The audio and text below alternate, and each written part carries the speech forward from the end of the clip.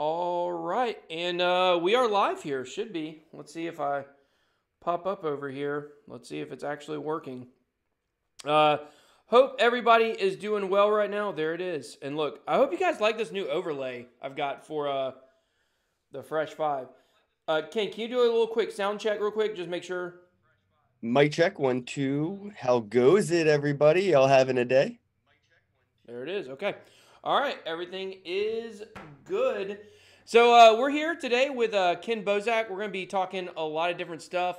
We're going to kind of start going over just some news stories, and then after that we can kind of get into whatever. But I'm really trying to stay consistent, as you guys know, with the new Fresh 5 format I'm doing for Monday through Friday. So even when I live stream Monday through Friday, we're going to hit the 5 stories, and then we can kind of get into a lot of different stuff. But before we do the stories, I would like everyone to notice that you guys can see my face on Ken's computer. So that's a big win. That's awesome. Oh, there's a slight delay though. Oh, this is funny. You can see the delay. Oh, Okay. there's delay inception because of the phone for the live chat Oh as my well. gosh. This That's is fun. yeah, this is getting deep. So funny story.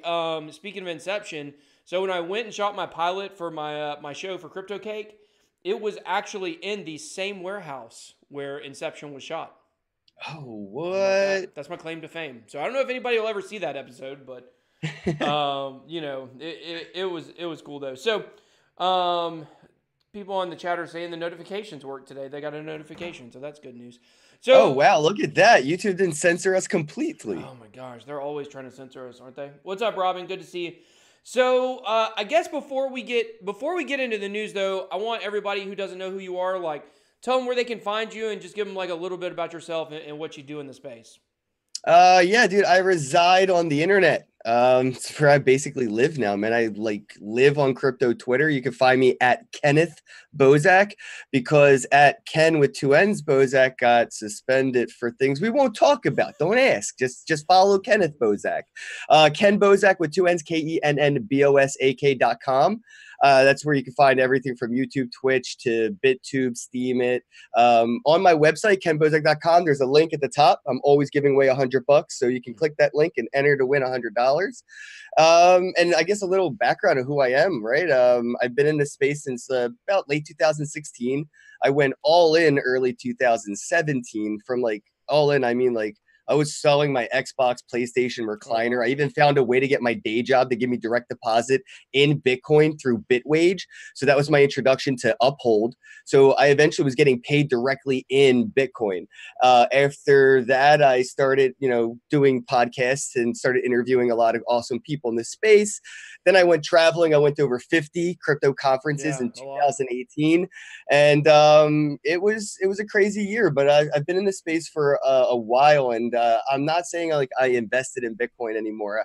I opted into Bitcoin. It is just my currency of choice. I use it as the foundational layer of my store of value. It is my money. So I'm all in just for the biasness of everybody out there. I'm not looking to make more fiat. I'm looking to make a difference as the renaissance.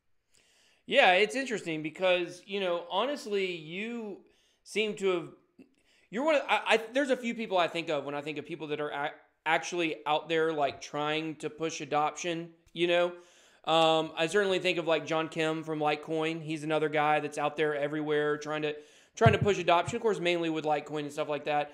And I think of you like the way that like don't you buy your airline tickets with crypto? Yeah, every Yeah. flight I purchased in 2018 for every conference I attended was with Bitcoin through cheapair.com. I love Cheap Air. Cheapair.com, you can do your flights, rent your car, and book a room all with crypto. It's not just Bitcoin, they do accept some others, but I mean, it's a use for Bitcoin that I was like, why would I ever cash out if I can just use Bitcoin? Why would I take profit when I can just pay my bills through, I can use things like Bit Refill to pay for my phone bill. I can get an incentive to even use Dash on certain platforms like rewards.com or Bitrefill and get 10% off my Uber rides. So I decided to use this currency as currency, and it's been paying off very well. Even Purse.io has given me 30% off every Amazon purchase since Oh 2016. wow. I mean, just the money I have saved there has been hedging the volatility downward in Bitcoin. I was like, yeah, but I've been spending it, not investing and hedging. I've been spending it on these things that I've needed, like a computer on Amazon, and I got 30% off because I use Bitcoin. Wow. Not to mention what Bitcoin has gone up from the time I put my fiat into it. Yeah, wait, it goes up? Well, I mean, it was a different time, Bitboy. Back in my day, the charts were more green than red, and we had a lot of hopium. But I would blame.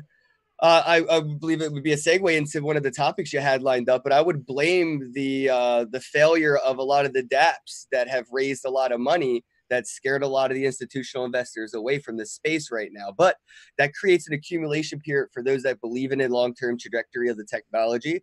So weekends, I guess. Yeah, I don't know. Yeah. So let's start. Let's hit some of the news stories, and then we're gonna talk about some different stuff. One thing I even drink Bitcoin, bro. What's that? I even drink Bitcoin. Well, I'm still drinking rock stars because I don't know if you you guys guys this? know this. I'm going to send you some of this Bitcoin energy drink. Send me some. You're going to throw away that rock star crap, bro. Dude, this is that 240 right there.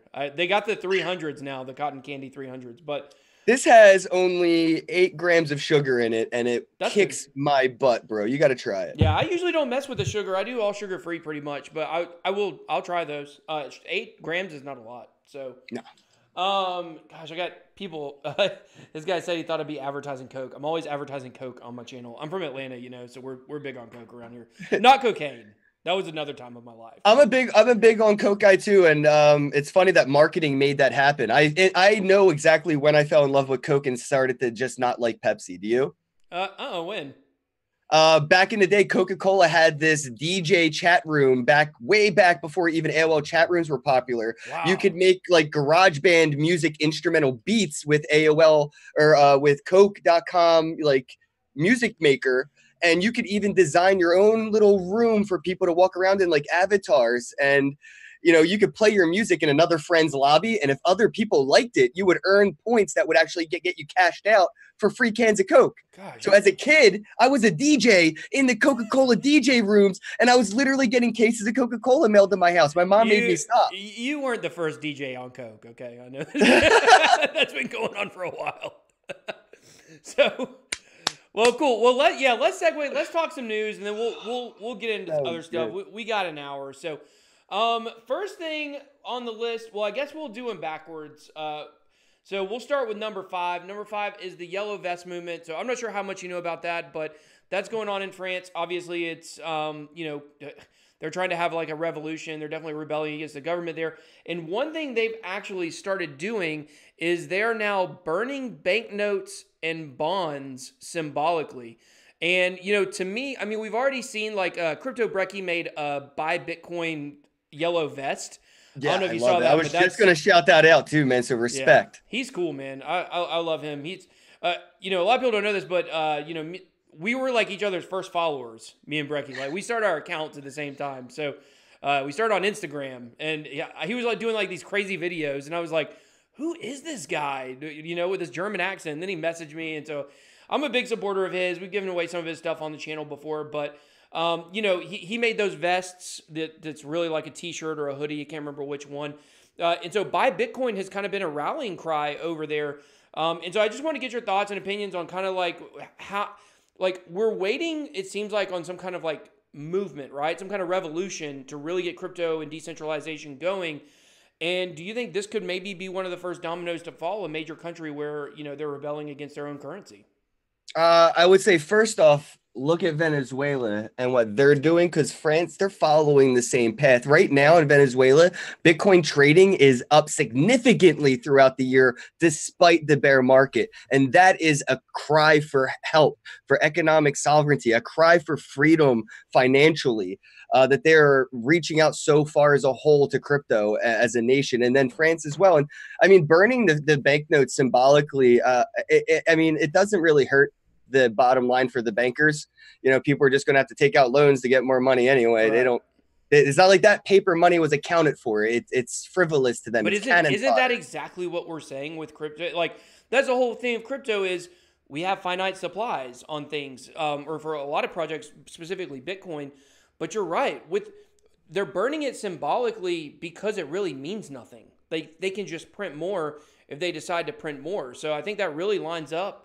But that's deep symbology that a lot of people aren't woken to, that just say, hey, they're idiots. I would have just went and bought a new Xbox. It says buy Bitcoin, but they're burning money. Why don't you buy Bitcoin, you moron? Like that's just the mentality of the majority when they're, desensitized to the perspective of going down an insolvent nation route. France never saw this coming. No, really think it came out of nowhere. In their 30s was like, you know what, guys, there's going to be a collapse. I'm pretty sure we should head. No, it just happened overnight. You went to sleep one day, you woke up in a lot worse position than you were in. And right now, with the things they're looking with Wells Fargo and other banks, what they're doing, it's not looking great here either. A lot of people are just conditioned to this, to where they go, oh, well, what else can I do? I got to get my direct deposit. Did you hear about this Wells Fargo story going on right now? Oh, yeah, of course I have. And Coinbase has said their buy and sell are down as well. So it looks like it may be linked, or there's at least something affecting more than just Wells Fargo, because Coinbase Custody just announced it. And that's for their major league investors, Coinbase Custody. Yeah, wow, that's or crazy. Coinbase Commerce, one of them. I didn't realize there could possibly be a Coinbase connection there, But yeah, Wells Fargo, is definitely not where you want to have your money if you're in crypto. Really, it's the Mt. Gox of fiat. It's the Mt. Gox of fiat. You know what's so crazy about Wells Fargo, and I tell this people all the time. Like, I really encourage people to get out in the space and do stuff. Like build a brand or get involved or do, if you want to be involved in crypto, this is the time to do it. It's during the times when things are slow when you can really build something. If you want to rebel, don't burn fiat. Educate people locally about how to become a miner, how to have their own nodes, how to create a lightning channel and create a fee on that service that they're providing by contributing to the network, and using things like Celsius Network for lending peer-to-peer, so we can get away from the bank lending and FICO scores. Like, there's other things that these people, if you're wearing buy Bitcoin and you're burning fiat, it's a double negative. It's not really helping anybody do anything, except you're probably going to get a shit ton of likes on Facebook and Twitter. That's it. But that doesn't help. Is there more to life? Is there more to life than that? It's the unsung heroes right now, that are out there doing the Bitcoin meetups and stuff. But that's what it's about. Instead of burning that fiat and running forklifts in the banks, host a local meetup and educate the people that have been disenfranchised, so they don't just go to the next bank down the street that hasn't screwed them over yet, because that has happened repeatedly. Wells Fargo, dude, you could go back and see what Kevin Pham has shown proof of this, and Wells Fargo has been caught with this and had no repercussions whatsoever from, I would say, the cashiers up. There is no repercussions, and people just went to the next bank where they're getting screwed over, and nobody woke up to the problem. So it's education, and that's what I hope these yellow vests become a sign of. The new tenure professors. If you're a crypto scholar, get out there and host a meetup and on-ramp some people, and that will moon your bags a lot faster than running forklifts in the banks and burning fiat. That's just my 2 cents. Yeah, man, definitely. We got one Crypto's Chain, who's a friend of mine. He said that wow, this dude is a real fan of crypto, taking it to another level. Some companies would love to have you as a marketing guy, which brings up kind of an interesting thing about you specifically, Ken, which is, you're out there pushing adoption. You're doing more for the space than 99% of people out there, in my opinion. And yet you catch so much flack because you got pink hair and you wear a scarf. Can you tell us a little bit about, like, that was one thing I want to talk about. I feel like it's No, definitely needs to be talked about, man. And it's funny because this is me, right? Like, I am just who I am. Like, I literally thought about putting on a different shirt just for this interview, and in my head I was like, dude, that is so on you. Like no offense or whatever, just I'm me all the time. So I was like, oh, dude, I've never really got to do an interview with BitBoy before. I was like, I was like, dude, this is what I was wearing today. So this is what I was going to wear today. You know what I mean? Dude, I love that, man. That's one thing, I've enjoyed about, working from home. And even before I had my last job, I had another business where I worked from home for several years. And, I wear t-shirts and shorts. That's what I wear. I wear hats. I only started wearing my hat backwards because it's good for the green screen. And then you can see my face. That's the only reason I wear the hat backwards. But, you know, because I am who I am. And that's one thing I really enjoy about kind of being able to be my own man and do my own things is like nobody tells me the way I have to dress. Right. And I can be myself all the time. And I like Right. that, you know? No, exactly. But in this space, you know, how easy it would be to, you know, like you said, a lot of people would like to have me as a marketing guy, but I refuse to work with pretty much everybody. The only company I'm working with right now is Monarch Token. That's because Robert Beadles and what they're doing with Monarch and a lot of the things I know that are coming to that wallet are empowering. So I'm excited for the future. I may know more than I should, but I can't talk about it. Yeah. But I know what's coming, so I can work with these people. But a lot of the projects, man, they just want you to throw on a suit, a tie, get on stage because you have a bunch of Twitter followers, and just keep using the word blockchain and decentralization over and over again. And, you know, tell the investors the minimum's X amount in Ethereum, get off stage, and here's your money. And I never got into it. Just like, I always wanted to be the person that if I, like when I got into making YouTube videos, if I ever started not like that person I was then, if I wouldn't be able to watch myself then now, like something went wrong. Yeah. So I intentionally kind of self-destructed in 2018. I stopped making as much content because everybody was holding me on a pedestal, said, you know, you have so much responsibility. You should be more professional. Stop, you know, smoking and doing all. I'm like, no, like I want to show everybody that you can be an average person that's a high school dropout, cannabis user that has a GED, whatever. I'm a degenerate on most scales, but I successfully succeeded in crypto because that's where I spent my time. I did not need a NASA engineering degree. I didn't need a college degree to understand Bitcoin, blockchain, mining, loaning, trading, any of that. I just had the freedom to express that and try it in these markets rather than the legacy markets like Forex and TD Ameritrade. I didn't have those opportunities. So I took the opportunity that crypto provided. I applied my street smarts and common sense, a little bit of elbow grease, some do your own due diligence and research. And I got to where I'm at. And I want to keep showing people that like, that's you, average person can do that too. You do not need to be, you know, Ty Lopez, investor of the year, Forbes scammer to make it. You just apply yourself in this industry and it's so early that there's room for everybody. So that's kind of why I stay myself and kind of like intentionally make myself unprofessional appearing because I don't want that reputation of, oh, you best uphold the look of Bitcoin. Let me tell if you think my appearance can affect the price of Bitcoin, you're mistaken. Yeah, I call it, you know, shaking hands and kissing babies. And in my last job where I was the executive director of a nonprofit, like I had to do a lot of that, you know, and like I'm a genuinely nice person. Like anyone who meets me would be like, oh, BitBoy, yeah, he's real nice. You know, like I'm real nice, but I'm super real. Like it's really hard for me to be fake. You know what I'm saying? And Yo, you know who I appreciated when I met? Like I got that vibe from you. That was in, what was that, the Litecoin Summit or was that Vegas? I don't know if we met at Litecoin Summit. I think you got the day after. I think we finally met for the first time in, gosh, was it Vegas? I feel like it had to be before Vegas. So I'm saying, I feel like I saw you at the Litecoin conference because I was on stage right after you. Yeah, well, no, I had left the Litecoin conference a day early because I had to get back for a Falcons game. So, oh wow, dude, that was like I said, 50 conferences, man. I know. We met. Had to be. I know we met somewhere before Vegas though. But you know who you remind me of, and like I was just segueing too, like full respect, like how real you are is Crypto Blood. Yeah. First thing Crypto Blood said to me was, I never saw any of your videos or nothing, but I follow you on Twitter. You're cool. I was like, that's the realest thing anybody's ever said to me to my face is I never watched any of your videos, but you're cool. Thanks for being real. Like, you know? Yeah, dude, Crypto Blood's cool, man. Like I've met him a few times and he's definitely good people, man. And I like his, you know, he comes at you real too. So you can't really ask for more than that, you know? But yet, right, you're real as hell too. That's what I'm saying. Like we got a good circle of people right now in this space, and I feel like it really was that earlier bear market, that winter that occurred, that really filtered out all the Ty Lopez's, and I want to keep saying his name because I hate him.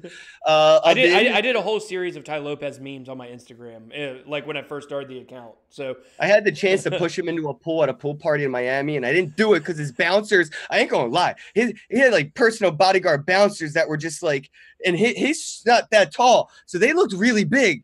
I just took a second thought about it and walked the other way. Dude, so what else is on the news, bro? Yeah, let's move on. So Going into the exact opposite of what we were just talking about, which was being real and, keeping things decentralized. Let's talk institutional money in the SEC. That's your favorite thing, right? So one of the SEC chairmen, which interestingly enough, it's not the new one that Trump appointed that's supposed to be really bullish, and it's not Hester Prynne, who we already know is obviously very bullish. It's the third out of the 5 that supposedly is on board with Bitcoin. And basically, they asked him about the ETF. We just had the new ETF proposal that was put in. A lot of people think it's going to be 240 days, but they already made a lot of progress, so maybe the approval could come faster. And basically what this commissioner said is, it's inevitable. He said, I do believe it is going to happen. I do believe we will get an ETF approved.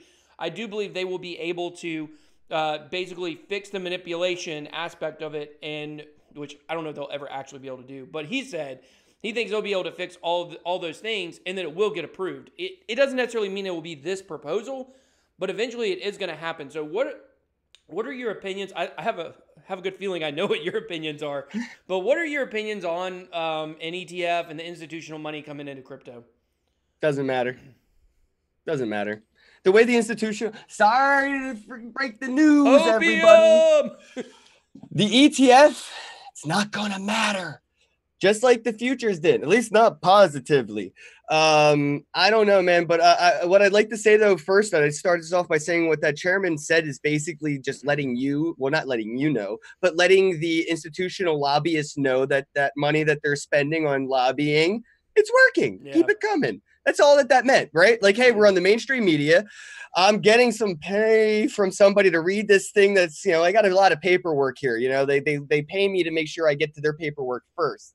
And it's working. So keep that coming. That's really what I heard when he said that. But what's really going to happen is these institutional investors are going to keep doing what they're doing and buying OTC, dumping on the markets, even via ETF. God, I just feel like, man, the average person has no idea what's going on with these OTC trades. I haven't actually been involved in one per se, but I've kind of been on the outer levels of some of these that have been happening and going on, and I've been involved in talking to some people who are interested in it, and the amount of OTC trading that's going on right now is absolutely insane, and it is not affecting the markets at all, and that's actually it's actually affecting the it is affecting the markets because there's no buy volume on the damn market. It's only selling, and that's a lot to do with the OTC trades. And when you have the ETFs, it's only going to make it easier for them to move larger amounts of money in,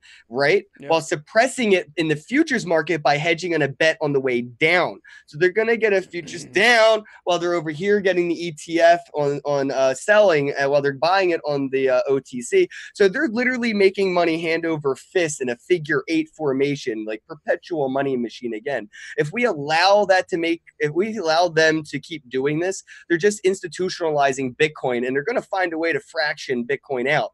There's only supposed to be 21 million Bitcoin. If these futures and ETFs and everything else is just, another fake way to hold Bitcoin like GBTC on TD Ameritrade, it's going to keep suppressing the actual asset itself. And that's their incentive right now. I mean, that's just the way the system works. Imagine if the horse and buggy industry could figure out a way to do this to the oil industry to make the price of gas go. They could do that. And with the amount of money that they're throwing OTC and then dumping on the markets, and I just don't see this making a big difference right now. What it really comes down to isn't big money anymore. And I think it's the retail investors that this is really going to come down to making a difference. We got to stop looking up to these Goliaths that we want to kill. You know what I mean? It's so backwards. We're going to kill Wells Fargo. We're going to kill them. Oh, wait, Wells Fargo let you do Bitcoin. Yeah, come get 1 million Bitcoins, it's definitely a paradox. And that's why, but it's one of those things where, whether it affects the market positively or negatively in the future, to me is kind of irrelevant. Unfortunately, I think that it's going to have a negative impact on crypto in general, just with this institutional money coming in. And, I am very interested to see what's going to happen with Bakkt, because when you talk about, fractionalizing Bitcoin and basically with the futures contracts we've had in the past, basically with those futures contracts, because they were settled in US dollars, basically these places could just print an unlimited amount of Bitcoins. Basically, they're paper Bitcoins, not like a paper wallet, but like paper Bitcoins. They don't really exist.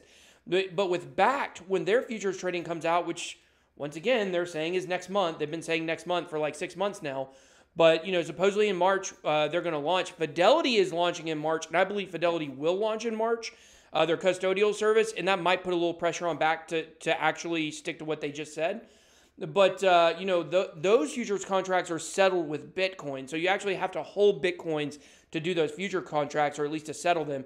So, you know, that might be a game changer, and it might actually have a positive impact on the market because those people will have to actually physically own them, digitally own them. Do you think that these institutions are moving into this industry a little too fast for their britches? Because they don't even have any blockchain developers in their company. Fidelity doesn't have enough blockchain developers to be putting this amount of money into something where they're custodials of private keys.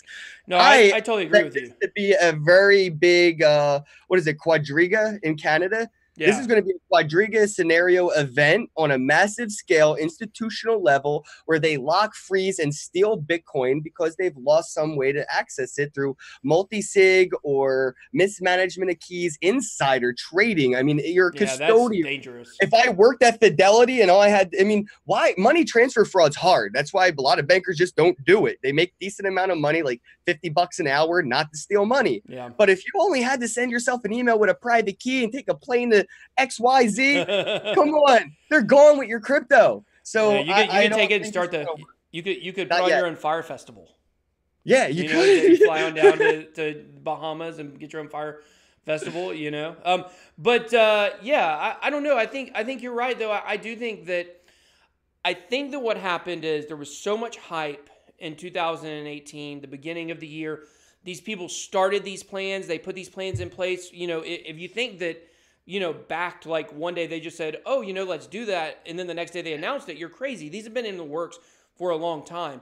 And I think they were targeting kind of when they thought the market would turn around, and the market has not turned around, and it's stayed down. And so what we've seen is we've seen them keep moving the finish line, the checker. They keep moving it. Like, okay, well, we're going to launch in November. They get to November, things start good. Well, now we're going to give a December date. Okay, now it's going to be the 24th of January. Okay, now we got to wait till the government opens up, you know, back up and approves our application. So maybe down the road, we're not even going to give you a specific date. Like, that's kind of what has happened. And we've seen that with, not just with Backed, we've seen it with, you know, some other ones like the ETF, for instance. A lot of people thought it was going to get approved much earlier on. You know, it looks like it may not get approved for quite a while. It looks like these people kind of just put these plans in action because they thought they could make like a megaton of money, which they're still making money, but they could have made more. And so now they're like all trying to time it where I think they can all enter at the same time and catch the very, very, very bottom. What do you think? Well, yeah, brought up a good point. I mean, they may actually be in a position eventually by suppressing this and delaying it so long. It could actually be in their benefit to manipulate this a little on the way up after, right? I mean, it's taken them a while to get in this institutional means. I think that we may be able to see a cross pattern where they may be incentivized to, you know, try to pump the price and do, like you said, try to boost the morale of it mainstream after this occurs. But unfortunately, if you're day trading, your buy order, stop loss, none of this is going to save you from that parabolic move up that's going to happen. You're going to go to sleep one day, wake up, Bitcoin's at 20K again. That's what's going to happen because they're not going to say, hey, we're thinking about doing this. They're going to do it. It's going to happen. And then it's going to reflect instantaneously. So I implore you to hold your keys on a means like a paper wallet, Monarch wallet, you know, your software wallet, hardware wallet, whatever. Hold your keys. Because this next year, it's going to be insane. Like we see the pressure from the institutional lobbyists, you know, right on the face of the SEC. Yeah. So just stay calm. Don't invest any more than you can afford to lose. You know, whatever money you can throw into Bitcoin and emotionally care less about, that's the money you put in right now. Yeah. So maybe I shouldn't have bought this Rockstar and I should have put that $2 in. $2.20. I would have sent you a free Bitcoin energy liquid asset. Dude, I want you to send me some of those, man. How have they not reached out to me? I'm like the biggest energy drink freak out here. And none of these people have said, hey, BitBoy, we want you to rep our Bitcoin energy drink. You know? Well, I rep Huddle Fuel coffee. I will advise them to do so as I Yeah. advise them on occasion. That's good. That's good. So, all right, let's move in. Let's move into speaking of promotions. Let's move into story number 3, which is Ti from my hometown. I live a little north metro, but basically my hometown, Atlanta. Ti has now been sued. He's involved in a lawsuit for promoting a token that he was heavily involved in. The article actually said it was his token, but I don't think it was actually his token. I think he just had a heavy involvement in it. They should drop the lawsuit right now because I never even heard of it. So he did a crappy job promoting. Oh, I mean, so terrible. Did he even promote it? I mean, I never Flick. heard of it. Flick, I think. I had never heard of it, and I didn't even know it was a thing. I think he probably picked a really bad time to start promoting it. So, well, he was like Ghostface Killer got a coin, ODB got a coin. He was like Tatiana got a coin. Oh yeah, she's had one. Everybody's got a coin. I've got one too. It's called Bitcoin. Yeah. That's an awesome name, man. When'd you create it? I don't know, but you can't tell. But the I is actually a lowercase L, so it's a little bit different. That's how those scammers try to get you. It's that I with that lowercase L. So, should I send F there? What's that? Should I send F there? Is that what you're saying? Maybe.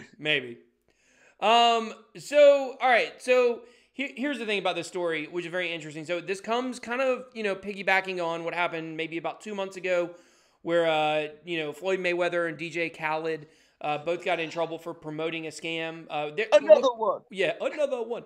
What they were promoting was actually a scam. This one wasn't necessarily a scam, but, kind of what we're seeing in this ICO world is when you have an ICO and you're pushing it as an investment to people and kind of telling them like, hey, if you invest in this, there's, a possibility you might get big returns on it.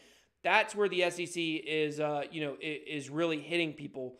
So kind of what do you think about kind of where the ICO world is right now, in regards to this? Because in my opinion, if an ICO comes to me and says, hey, I want you to review my project. I'll give you X number of, crypto or dollars or whatever. I'm turning all ICOs down pretty much. I mean, I do work with Monarch Token, which technically is still an ICO phase.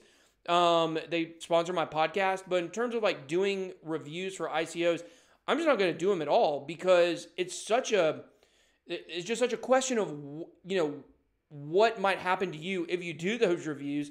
And then plus, like, I can't say with a straight face that I believe any ICO, that is going to make it. Right. In my opinion, because right now, like I have hundreds of thousands of dollars probably of completely worthless tokens. That might be a bit of an exaggeration, but I've got a lot of completely worthless tokens from ICOs, and basically none of them ever came through. So how could I, with a straight face, tell my audience, like, hey, this one random ICO you've never heard of, it might actually do pretty well, when I know full and well that there's a great chance it won't. And I think that's where a lot of people are getting into trouble. So what do you think about that? First, I would like to say there is a thing that's called character. And people need to realize that, I am not an expert. I'm a character in this space. I'm an enthusiast. I am a Bitcoin end user. And as a character, I try to portray myself as that and nothing other. I never try to portray myself as an expert. But that's the difference, right? If you're trying to say that you're an expert in business, like, Ti is successful, he has businesses, he has, a record label, he has, people under him, he has employees. That is a totally different character. And you have to use that very carefully. Yeah. But then you have the SEC overreaching, in my opinion. I think that's censorship, not allowing somebody like Ti to take the risk that to do an ICO and potentially change the world, basically by starting a business in his garage and asking his neighbors for a couple dollars to help him buy parts, and he'd kick them back in some gift card that would be used at his business if he ever gets the brick and mortar business. Like, to me, it's a little too late from the SEC for these influencers promoting scams and all that. The ICO market environment right now has actually been quite well self-regulated.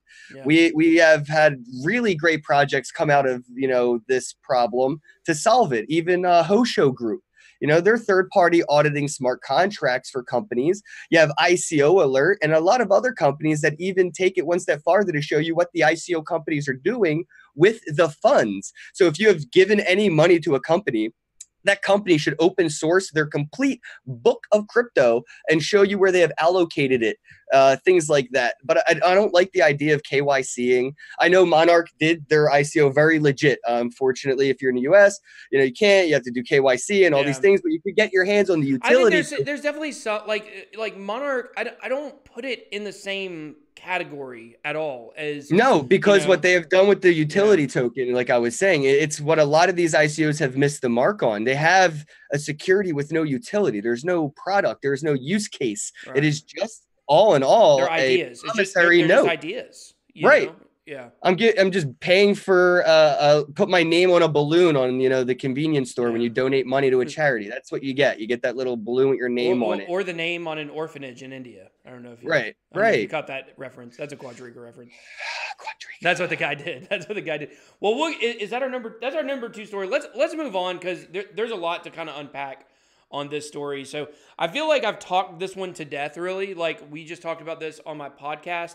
Which we got to get you on our podcast. You have a beard. Why have you not been on my podcast yet?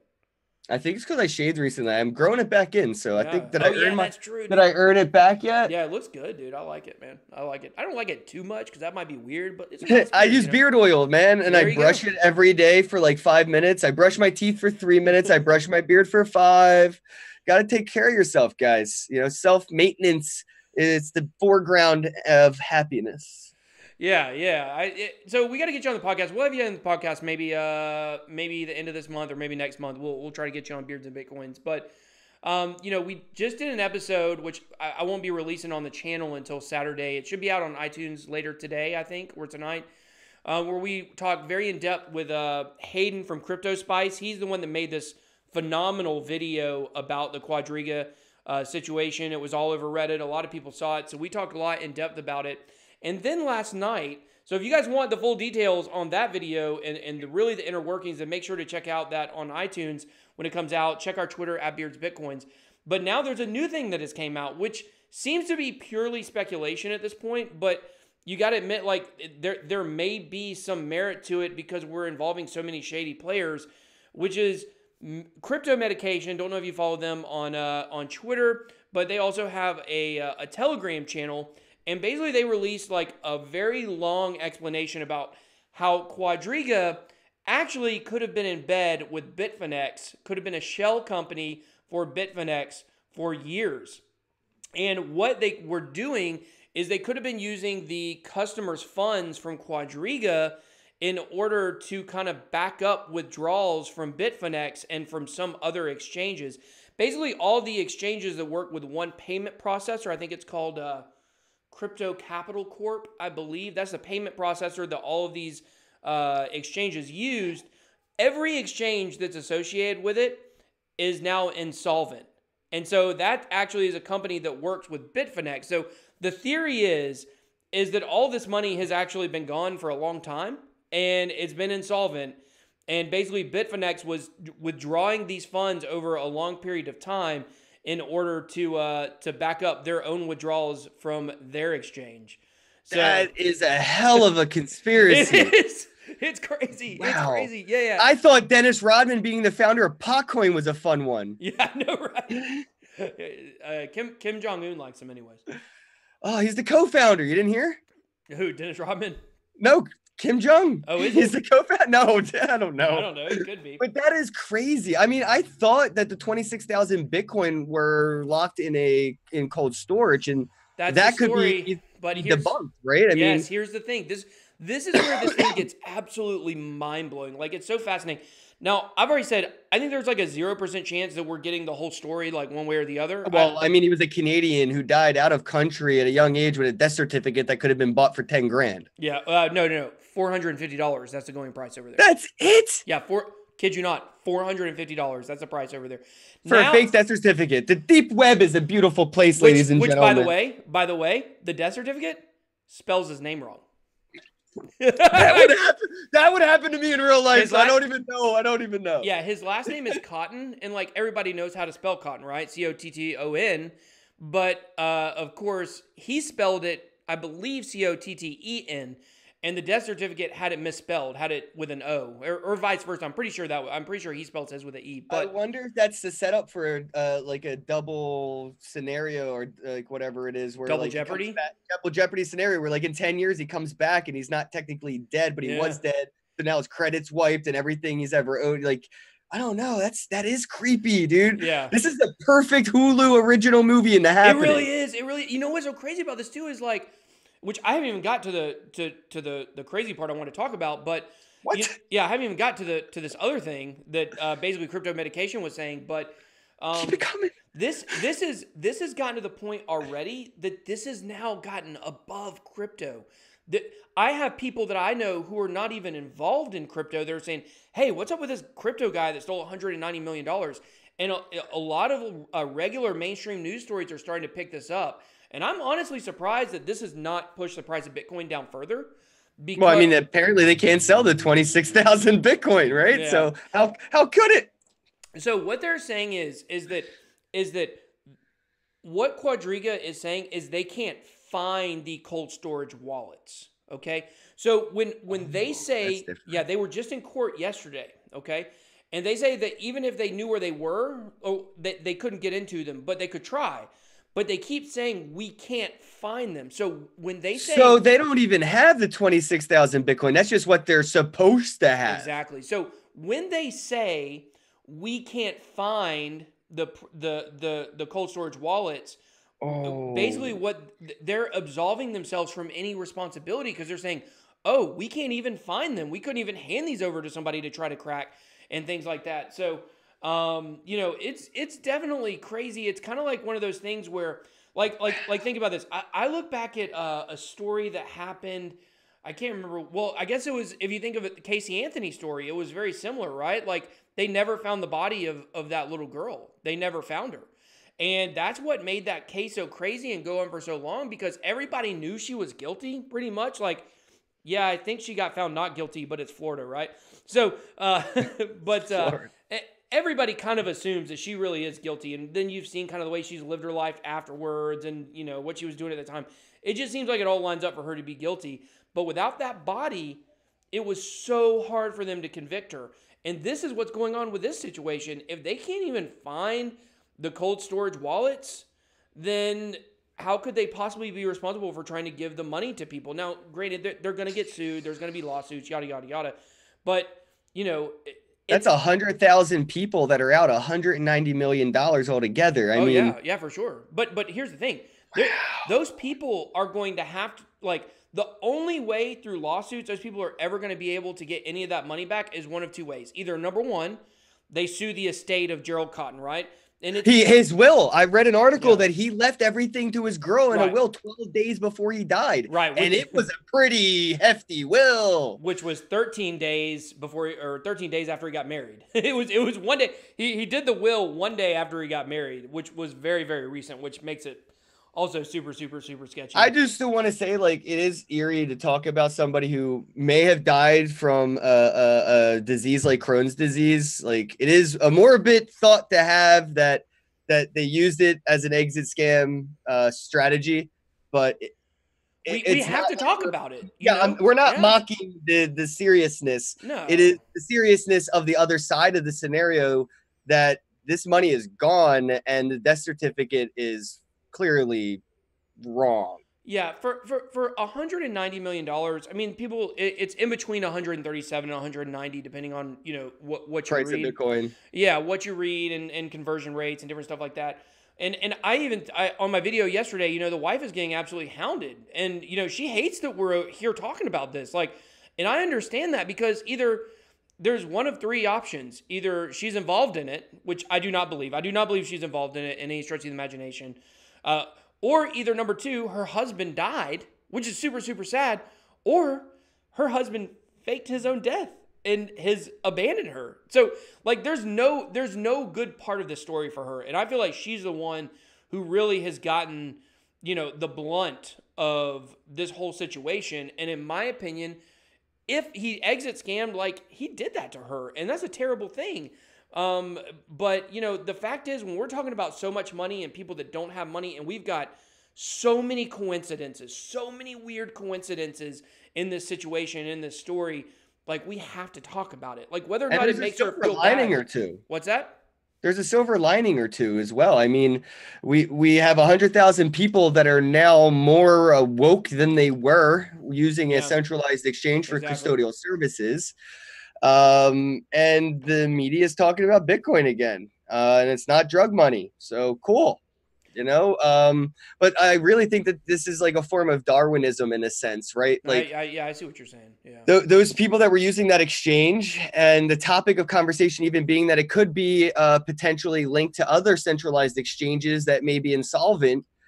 There is a lot to gain from this, even if you just take the facts are for what they are and don't even go into the conspiracy direction. An exchange has lost people hundreds of millions of dollars. It is clear that it is linked to other exchanges that have gone insolvent.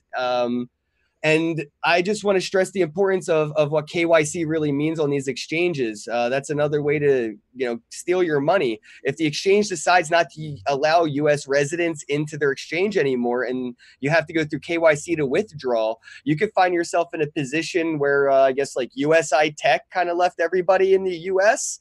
They're still a thing. They're just not messing with us. Yeah. There's a lot of ways for these exchanges to screw you over, and it may not even be fully intentional or seem like a blatant scam. But if Binance were to say, hey, we don't deal with the US, KYC mandatory, you have to be a resident of X, Y, and Z countries, how are you going to get your money? Yeah. Well, and, so especially when you work in like, okay, what if your government decides that they don't want you to have the money? So even if the exchange says, okay, you can get your money back, the government your bank can block that transaction. Where are you seeing that? We've already talked about that today, So, right. But I think with the Quadriga people, I think the only way that you're going to get your money back is through lawsuits. That's probably the only way. And I don't think his estate, even if it was worth a few $1,000,000, which it may have been, No. for some reason I was thinking like around 500 or 600,000. His two dogs got $100,000. So. Chihuahuas? Yeah, dude. I got a Chihuahua, dude. I Did love you him. see what Mount Gox is doing? They're do you see this, or is this new? Which one? Mount Gox. They're reviving the exchange and creating a token for the. No way. No, that's a scam. I heard that's a scam. Is that for real? I was just reading the article right before we got on the call on Cointelegraph, so I didn't get to finish it. But I was like, holy crap, can somebody say this is what's going to happen with Quadriga next? Like, how much do you want to bet that this exchange does the same thing? What was it, Bittrex or Bitfinex? One of them did, where they launch a token and they use the token to pay back the people that they have screwed, and everybody forgets about it. I can't remember. I think the only chance Quadriga has to survive as an exchange, which I put very, very little chance on, is for someone to buy it and rebrand it. That's pretty, like, they could just buy all the accounts, but even to do that would be really hard because, if you're going to buy it and rebrand it, then you're probably going to be responsible for those customers' funds. So you would have to have $1 billion to come in and, figure out a way to make that a successful business model. But I think people are going to have to start getting sued personally on this, people from the company, because even if you sue the company, if you sue Quadriga, it's not worth anything. If they what's going to be fun? The lawsuits won't be in dollar signs. People are going to want their amount of Bitcoin that they lost. So judges are going to be looking at 17.5 Bitcoin stolen. And, I don't think that we're going to see a lot of dollar signs, especially considering this consolidation period has lasted a pretty decent while. Even a slight bounce, people are going to stop caring about that price. They're going to want their Bitcoin back that they lost. Well, I mean, we've already seen it with Mt. Gox. I'm part of the Mt. Gox lawsuit, so I'm getting some money back from that, which was dude, appreciate that, CKJ. I'm getting like $200 back. I had dust in there. I had actually moved. A lot of my people know this, but I had moved all of my funds off Mt. Gox 1 month before it crashed, and I sold it. I sold out. I cashed out at that point, which I made some money, but. Of course, it would have been worth a lot more, but it would have been totally worthless if I would have left it on Mt. Gox. So right. I had some dust in there. It's worth about $200 I'm getting back. So I've been kind of following the lawsuit and stuff. And, I think, it's weird because supposedly they weren't supposed to honor the current exchange rate, but yet I felt like what I got for what I had left in there. $200 seemed to be a current rate at least a couple months ago. But yeah, so we've already got some precedent, even though that's in Japan. And this situation's in Canada, so I don't know. Well, I know they had to sell off some of their own Bitcoin to pay back the yeah, the people in place with the lawsuit, and they sold it off a few months ago. So that might have been around the time that they pegged it to the price when they sold for that reason of paying out. And then not too long later, they dumped the rest of it. I thought they were going to hold it though. Yeah, we've seen them dump a few times. I mean, I remember when they dumped right in the beginning of the. Right in the beginning of the bear market, sometime around the middle of January, they dumped a bunch, and it caused, I think Bitcoin went from like 15 to 12 that day or whatever. So, dude, speaking of Mt. Gox, I just started playing Magic the Gathering, and it's awesome. I wish I was into Pokemon and like Yu-Gi-Oh, but I wish I was cooler. How old are you, Ken? I'm 30. Okay. So I was into Pokemon when I was 10 years old. I'm 36, so I'm like a little bit past where I would have been interested in Pokemon. Like if I was 33, I probably would have been into it, but I just missed it. I was like starting high school or into middle school when it came out. Did you ever play Magic? No, man, I don't. Dude, I'm not really nerdy enough for this space. I don't think sometimes. I'm too nerdy for this space. I don't think they can handle my nerdism, man. I like football and wings and like other things you just picture a typical American male doing, which is so funny. Somebody called me a soy beta boy. And I was like, you're talking to the wrong dude. Like I understand. Like, yeah, I'm nice. I'm nice. People think I'm nice. Their character radar is broken. Yeah, it's completely broken if you call me a soy beta boy. So you could check my criminal record and see that's not true. But that's from like 10 years ago. That's open source. Actually, that's maybe what year is it? Almost 13 years ago was the last time I got in trouble. So it may actually not be open source information anymore. Well, I had this really crazy instance. I shouldn't even talk about this really, but I had this really crazy thing that basically, I ended up overdosing and going into a coma and getting arrested and all this stuff. Yeah, no, it's good. It was a thing that changed my life. So that was in 2007. And, but I had this really crazy thing that happened that led to me getting arrested. I fought a bunch of police officers. I bit a guy in the face. I was running into moving vehicles and stuff, trying to kill myself. And this guy? Yeah, it's true. Yeah, it's true. I was on meth real bad for 7 years. So I was on that day I was on meth and 7 hits of acid, coke, weed. I had been up for 5 days, So yeah. I got a really bad past, but I went to rehab. Dude, same, man. I've been to rehab for MDMA. I was addicted to ecstasy for sure. Yeah. A long time. I actually stopped taking it, didn't understand at my age what withdrawal was, and ended up becoming pretty suicidal because of the lack of serotonin, and was like, I have a great life. My life is awesome. Why am I so sad? And my therapist got a little more involved, and I opened up and was like, well, I really like this drug. It's awesome. You should try it sometime.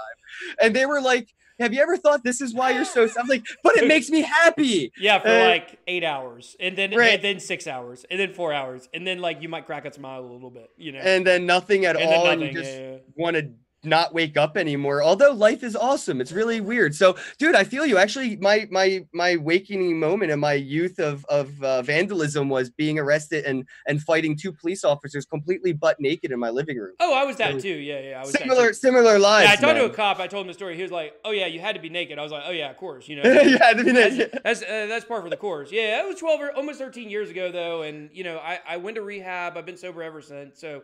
It was and this is what I want to preach to people too. Hearing this is people change, everybody. People evolve, people move forward, and we have to support that. I hate when people change their opinion or change their ways, even to better the whole of the group, the 51%. And then that 51% goes, oh, we don't accept you now, even though you tried for years to change. When people change their opinion on something for the better of the whole, even if it is for whatever reason, we got to be open-minded to people coming around. And I hate when people are like, oh, this is, 10 years ago shit, and that's what they hold you to today. It's, if you're in a shitty position today yourself, know that you can get out of it, guys. So don't beat yourself up, and don't let anybody beat you up about today. Tomorrow, you can change that shit. Yeah, man, definitely. I mean, change is real. It's possible. I had to change everything about myself, and it's one of those things where you have to come face to face with who you actually are. You build yourself up into this fantasy world to be somebody different. And, so Yeah, maybe one day on the channel I'll get into all of it. It's literally the craziest story anyone's ever heard. Like I was in rehab with like 40 other guys for like I was in rehab for 2 years. I was there for 20 months. I did 10 months, and then I did 10-month internship, and that's why I worked with kids who had drug addictions for like almost 10 years. So Respect. yeah. So but out of all those guys I was in there with, which is just the craziest people you've ever been around, they're all like, "Oh, you have the very craziest story." So, yeah, one day I should get into it, share exactly what happened and stuff like that. It might be pretty good, but I'm open about my past. You got to do one of your own before they were famous videos. Yeah, I know, right? But the whole point of what I was trying to say there, I think, was that yeah, I'm not a soy beta boy. So, yeah, I haven't really been into Magic the Gathering and stuff like that, but I do think that. Is we're talking about changing. Let's talk about the last story of the day. We only got a couple minutes left, but you have me all night, man. I ain't going nowhere. That's what she said. So the should I send her help? The number one story of the day is Ethereum DAPs. Right? This crazy statistic came out today, and we're talking about changing. Right? Can Ethereum change their DAPs? Because right now, 90% of their DAPs have 0 users per day. There's a big reason for that. You want to know why? Let's hear it. They didn't market to a single end user. Yeah. At all. Not one DAP. Name any ICO that marketed to their end user of the product they were trying to create with your ICO money. I'll wait. Nobody. That's why nobody's there to use it. Even the people, I guarantee you, everybody that's holding one of these coins, these alternative currencies, aren't using the platform that they're holding them on for. None. They're just sitting there poking it with a stick saying, do something. I am. I'm freezing my Tron. I'm freezing my Tron. When everybody knows that. I'm using it, dang it. Hey, at least you're using it and contributing it to the ecosystem, right? Vote, yeah. Right. I do that with my Steam. I support whatever it is. I don't know. I'm very automated now. So I take my Steam power and I delegate it very easily. But it's cool to be able to take that currency that you have sitting there as an investment vehicle doing nothing and contributing it, right? Or instead of throwing Bitcoin at an alternative currency, how about you use the platform, interact with the platform, and earn that alternative currency, and then decide based on that experience if it's worth investing in, instead of throwing good money into speculation. Yeah, that makes sense. And that's every project, dude. Even Kodak, name brand, mainstream institutional companies have used ICO avenues as a means to invest and have nothing to show for it. Kick or whatever, nothing. Kodak, nothing. What was the other one, dude? Well, there was Kick does have Kenn that is, it's something. They have billions of users and nobody uses the currency. Yeah. Come on, bro. Nobody, because it's in the app. They have it. It's right there. Who uses it? Well, I think there's something that like the Kenn that you can earn through the app is like different than the actual coin. I think like it's really weird.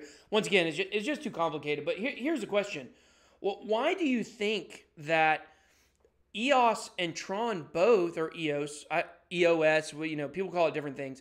Do you think that EOS and Tron seem to be separating themselves from Ethereum and actually having usable dApps that a lot of people are using? And yes, many of those dApps are gambling, but I would argue that's a good thing because I know you know about this. The internet really, was built on porn and gambling, and gambling has been censored very strictly in the US, and some people are pretty good at it as a source of income for their daily lives, and having that stripped from them can mean their house getting taken away. They gamble for a living, and that income is now gone because of regulations. They can do it decentrally though on a blockchain, and what they're doing differently is and has been marketing to the end users, whether it be Twitter or Facebook, or even like they reached out the influencers and had them use some of the dApps and promote the dApps on their YouTube channel rather than promote the token. Yeah. That's what they were doing. Yeah, that's a pretty big difference. You got somebody knocking at the door. Was that a raven? It was. Give me a second. I'm super sorry. Oh my Here's God. a raven. Tap, tap, tap it. Tap, tap, tap. All right, guys. Well, it's just me. We'll wait for Ken to come back. And I know old Crypto Numbnuts, he came in. And the second he came in, he said, oh my God, here's BitBoy talking about Tron again. And that was the first time I mentioned it during the whole stream. Okay, guys? Yo, I actually don't hate Tron. I actually been a big fan of Justin Sun as a promoter. Nothing else. Nothing else. Well, that's all he is. He's not.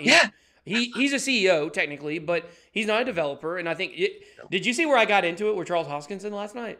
Oh no, I'm gonna have to check that thread. Yeah. On Twitter. Oh, that's gonna be fun. It's cool because marketing is key right now. Yeah. If Vitalik would have done what Justin has did, Ethereum wouldn't be where it's at right now. I can guarantee you that. Yeah. Guarantee you that if Vitalik was what Justin is today, and Brian Armstrong, I think, put the wrong pony in the front man show. And, we got the Crypto Kitty kids. That's cool, but we didn't get the suit and ties. Tron is appealing to the institutional investors and speaking to the end users as well. It's great. They're killing it. Yeah. But I don't know much about the tech at the bottom line. I don't invest my time into those, projects as much as I do Bitcoin and trying to figure out things like atomic swaps and lightning networks and things like that. But I think Tron actually has more success than most with their DApps because they have the end users now. They're already there. Yeah. And that's going to spread. Friends bring friends in, It's the only DApp. The Tron bet right now is the only DApp that I see all over Twitter where people are saying, oh my gosh, you got to come try this. Even if you don't gamble, come hold the tokens on there. I haven't used it. I'm going to do a tutorial on it this weekend actually. But, there's a way that you can actually hold dividends on there and not even gamble and still make money. So, it's definitely pretty cool. Just for the record, I want to show everybody my holdings. This is the only amount of Tron I will ever own. Ever. I don't want to show mine. I'll get hacked.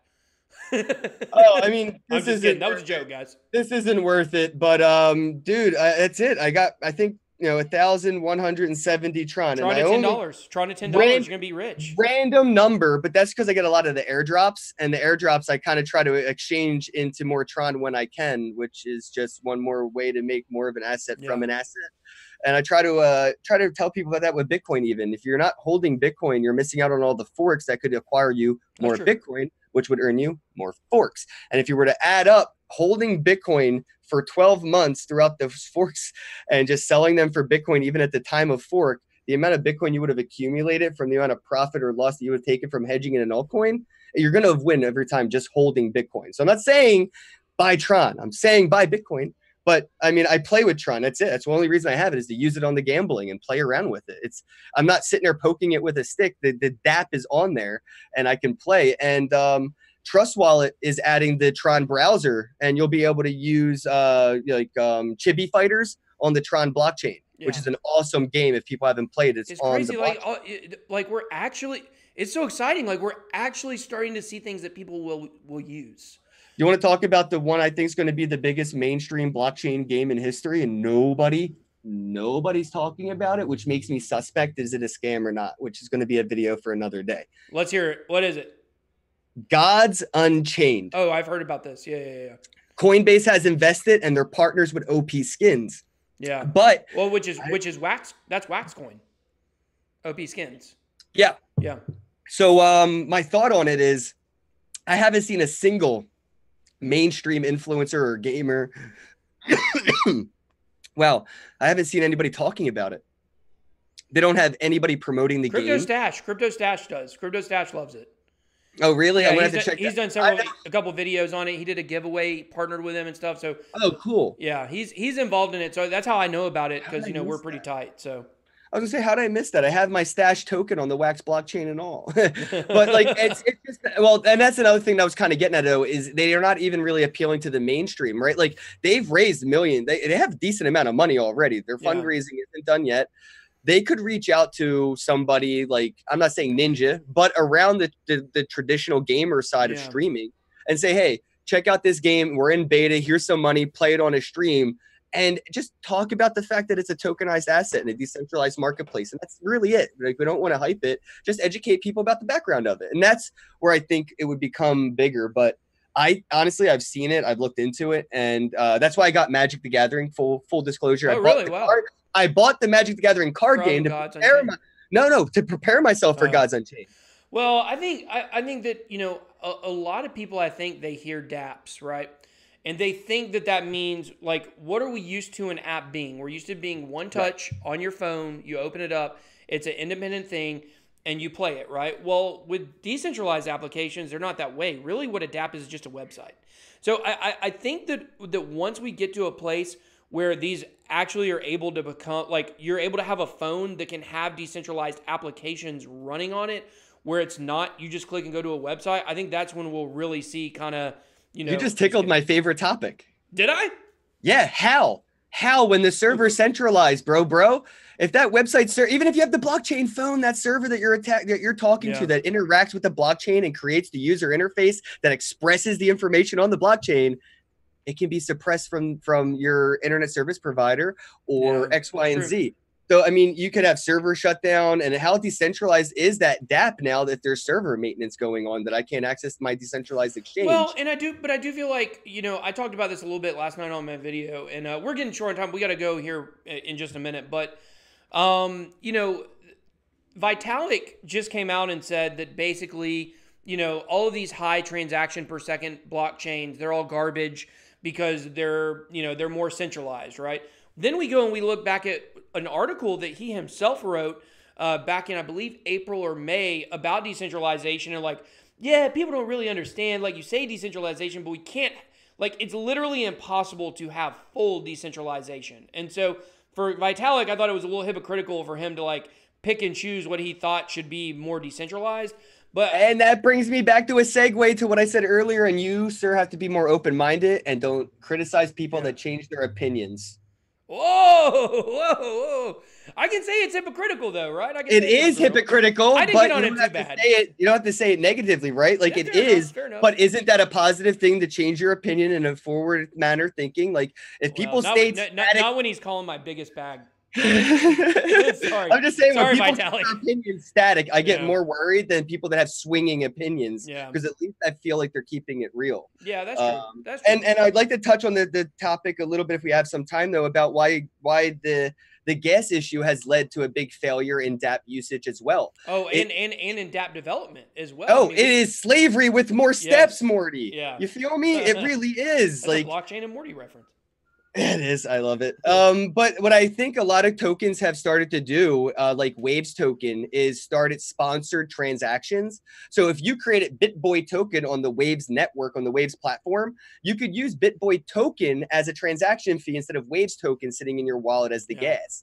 And that's what I think is really important. I think Ethereum really needs to do something about their gas and figure out a way to do sponsored transactions, that if you're hosting a ERC20 or ERC721 token, that you have a pool that people can use in and out the same way. Yeah, I honestly, I think that, I mean, everybody knows I'm partial to Tron at this point. I'm partial to it, and that's why I think it is. I think it will replace Ethereum eventually, in my opinion, or at least be able to be super competitive with it. Well, Ethereum's not being used for its proper purpose right now either, and nobody understands that. That's why Ethereum's going down in value. Its main use case was raising money for other companies that never built the project they were supposed to on the asset layer of Ethereum like they were supposed to. So imagine investing in a real estate company that made loans out to small businesses that used that money to build the real estate on other companies' land than the real estate company that lent them the money. That's what's happening. Yeah, no, and then you take all the best ERC20s, they migrated their own. Well, Tron said, "I'll pay you if you come over here." So you can't act like they didn't take advantage of a bad situation. What I'm saying is that all of the best ERC20s that were, you know, Tron, EOS, they created their own blockchains. They've all moved on, and so now, which was not great for Ethereum, but great for Tron and great for EOS. That's what I'm saying. Ethereum needs to be used for their smart contracts. We need DAOs to be created. We need developers to stop looking at how do we create smart contracts for ICOs and how do we create smart contracts for DAOs and decentralized autonomous organizations. How do we make these flawless? Because ever since the Ethereum fork, because of the DAO crash, there has been zero progress made. I haven't seen anything done differently. What about Dash? Didn't Dash moved on to a full DAO, I believe. They have some sketchy beginnings, which I won't get into right now. But Yeah, Yeah. look into that. I'm not a fan of Dash personally, but they were the first crypto project, I believe, to become a full DAO. I believe. Dash, there it is. Oh gosh, I got to be careful. I don't think Dash is a super bad project or anything. It's just, No, dude, you know what's funny? I got this tattoo right here, and I have never owned a single that's a Monero my tomato. whole Oh, life. I thought that was a tomato. It's the Monero tattoo, but Upside down, it looks like a tomato. I've never held Monero in my life. I just got it because I was getting pretty messed up with Fluffy Pony in Vegas. Well, you can't actually hold Monero.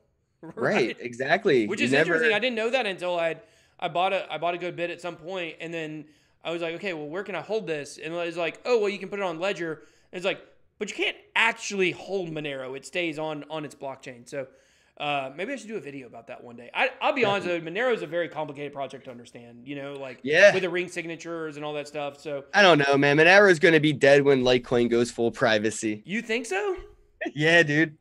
Well, it's not going to end well with the relationship between Fluffy and Charlie on Magical Crypto Friends, but I do suspect that with Litecoin's mainstream popularity, addition optional privacy is a lot more appealing than mandatory privacy. That's at least. Well, that's what Dash does. Dash is also optional, right? Oh, and they have a big incentive for institutions to actually hold it, stake it, and incentivize the use of it in-house for payments and payroll, as well as resupplying from suppliers. I just don't see that for Monero. I mean, cartels, obviously Monero, but legislation and regulations in mind, I don't see Monero being something that will ever get institutional capital. And I don't either. But I mean, the one thing I've always said about Monero is that there's always going to be a segment of the population that wants that total privacy because they're doing nefarious things. Not everyone who wants privacy is that. And not everything nefarious is evil. WikiLeaks is not evil, but would be considered nefarious considering they're not, allowed legally to accept donations through other traditional means. But I would say human trafficking is. Yes. No, it is. Human trafficking and child pornography and terrorism. It depends on your definition. I'm not advocating terrorism. I'm just saying people have different definitions of terrorism, Yes. I was going to say, sending money to Venezuela right now may be considered sending terroristic funds to the regime. Some people would consider WikiLeaks also to be terrorism. They would consider, Edward Snowden to be a terrorism. I mean, like terrorism in the traditional sense that we all know and understand. So, Wells Fargo has funded a lot more than Bitcoin ever will. Facts. 100%. Yeah. So, well, Ken, man, we have, we've about chased everybody out of the room. We've been on here for so long, but it's been such a cool conversation, man. We've talked about so much stuff. We talked about the news stories, talked about, this and that and the other in between. Yeah, we got deep, man, on this podcast. Personal. Man. Yeah. Well, we got to have you on the Beers and Bitcoins podcast here maybe in March. Let's try to get you a date in March to come on and talk on the podcast. That'd be fun. So absolutely. Well, cool, man. Well, that's all we got for today. If you could just tell everybody, one more time where they can find you. All right, guys, at Kenneth Bosak, B-O-S-A-K on Twitter, KENNBOSAK.com on the internet, YouTube, Kenn Bosak. And do me a favor, guys. Check out the Monarch wallet and let me know what you think of Monarch in the comment section below. And let's start a conversation about an empowering wallet like Monarch and some of the features and what you like about it in the comments below. Thanks, BitBoy. I really appreciate the opportunity. Yeah, man. It's been a lot of fun. So, all right, guys, we will talk to you guys later. BitBoy out.